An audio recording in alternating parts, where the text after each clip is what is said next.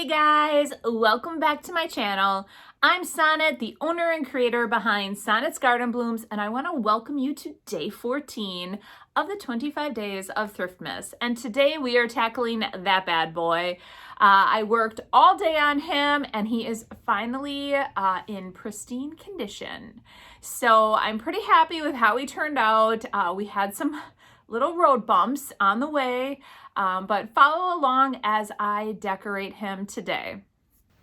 Decorating a Christmas tree would not be the same without a little eggnog in my favorite glass. I'm not a hoarder. I'm not, guys. I'm really not. How many of you have a tradition like this where you have to have a specific drink or a little snack while you're decorating the Christmas tree? Every year when we go to pick out our Christmas tree, our daughter always wants the tallest one on the lot. I have to always remind her that we live in a little Cape Cod home and unfortunately we do not have vaulted ceilings. So this year my husband picked it out and the tree was short and definitely plump. I always start off by putting the lights on, and I have these LED lights and I've had them now for a couple years, and I always end up with having one extra set. And I thought, oh, not a problem with how short this fella is. It is going to probably take like 3 sets. Well, let me tell you guys, because he was so wide and big, it took all of the sets and I didn't even have enough. Like at the top, like the top 2 strands, I actually had to kind of spread it out, and then I had to come up with a backup plan. And thank goodness I'm kind of like, when I buy lights, sometimes I overbuy. And for the outside lights, I had these round bulbs and I had just like a couple extra sets. So I was able then to add those in to really make it like how I want my tree to be. I tried to make it like really bright and twinkly, and I take the lights and I push them all the way in. I wrap the branches and I kind of go crazy with the lights. I just think that that is my favorite part of having a Christmas tree, is all the twinkling lights on it. And I was really like stressed out when I started running out of lights. So that was definitely a challenge. But it's really amazing how those tall, thinner trees don't take as many lights, even though you would think because they are so tall. But I guess it makes sense because the very top, obviously you don't use as many lights. So actually by putting these chunkier lights on here, I really am liking it. I like how mixing the 2 sets of or strands of lights really make a really neat, cool effect. So super excited about that. So here you can see it's more of like a ball versus the other ones are just tinier. And I kind of like that sporadically thrown here and there, in the tree. So last year I used this, it's like a wired type of ribbon, and it looked so cool last year. I had 4 rolls of it, and I used all 4 and it was perfect. I tried every which way to put this garland type of ribbon, wired ribbon on. I played around with it, and first of all, there wasn't enough. So even if the front looked good, the back did not. And I finally was like, it's off. I'm taking it off. I played around with it much too long and I'm not liking it. I just pulled it off and we started fresh. So if you remember last year, I made a bunch of these ornaments. I have my barn quilt stars that I make that are very large, and I decided last year I was going to make mini ones or miniature versions of these and put them on my tree. So last year I made 4 white, 4 red, 4 red and white, and then 4 red, white, and like a tan and black. Now, I was initially not going to use the tan ones in there just because I wanted everything on my tree to be red and white. And in the end, because the backside needed a little something something, I didn't have enough of those. I did place those on the backside of it. Now these ornaments weigh a lot. So what I did is I actually attached a little wire to each one of the strands, and that way I can actually put them on a very thick piece of like a branch versus on the tips. And I love how these look on my tree. These are by far one of my favorite ornaments that I've made. What do you guys think? If you do want to see the full tutorial, it is back on my 12 days of DIYs from last year, and I do have a playlist out there. So I thrifted this like maybe 2 years ago, I think I did, and I was going to use it last year, decided not to. So this year it's a go because I'm doing all red and white buffalo check. So I got it up there. It was kind of crooked. I finally was able to get it just perfect. Initially I thought, oh, it kind of looks cute tilted sideways, but I definitely wanted his hat on perfect.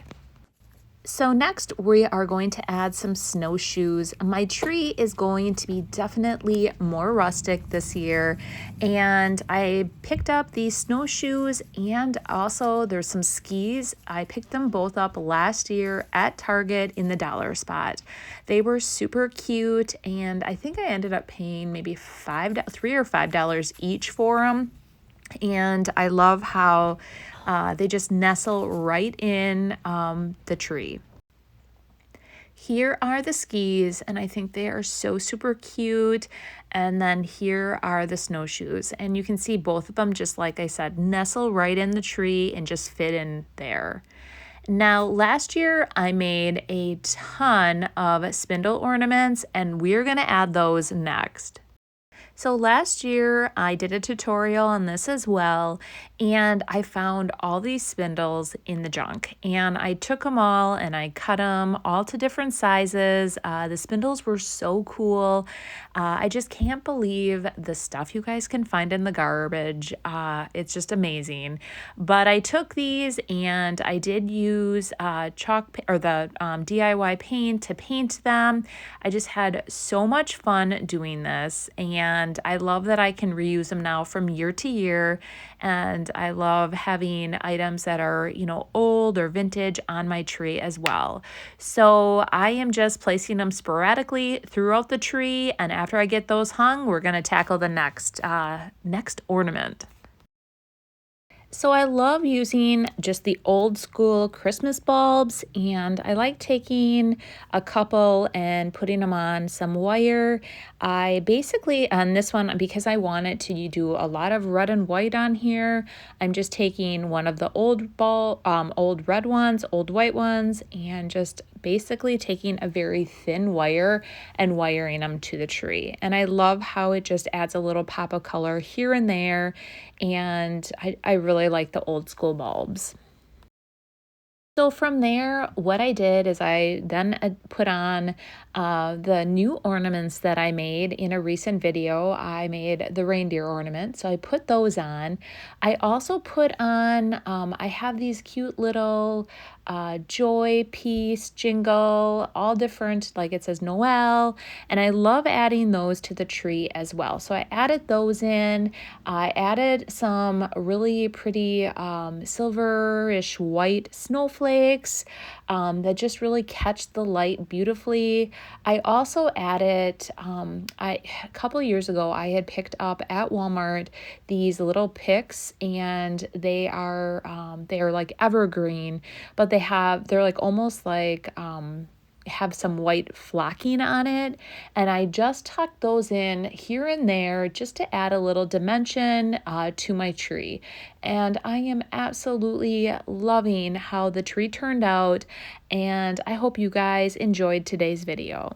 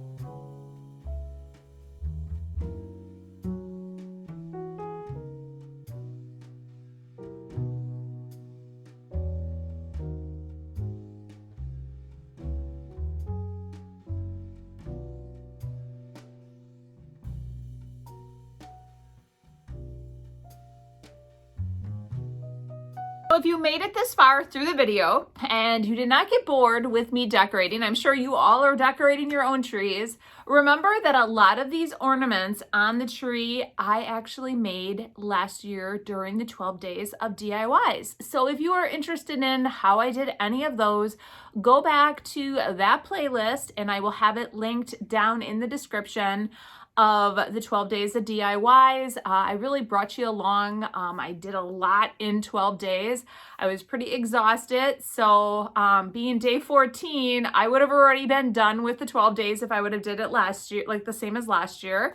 But I decided to tackle all 25. So we are at day 14 and tomorrow I think I'm going to show you guys, I was going to make a video earlier on, and I think I'm going to do it for tomorrow. I'm going to start now. It is going to be some really cool Christmas ornaments that I wanted to tackle and add to this tree. So I'm going to do it tonight and then add them later. So thanks so much for following along. And if you still want to be part of the Customer Appreciation Challenge, go back to day 1.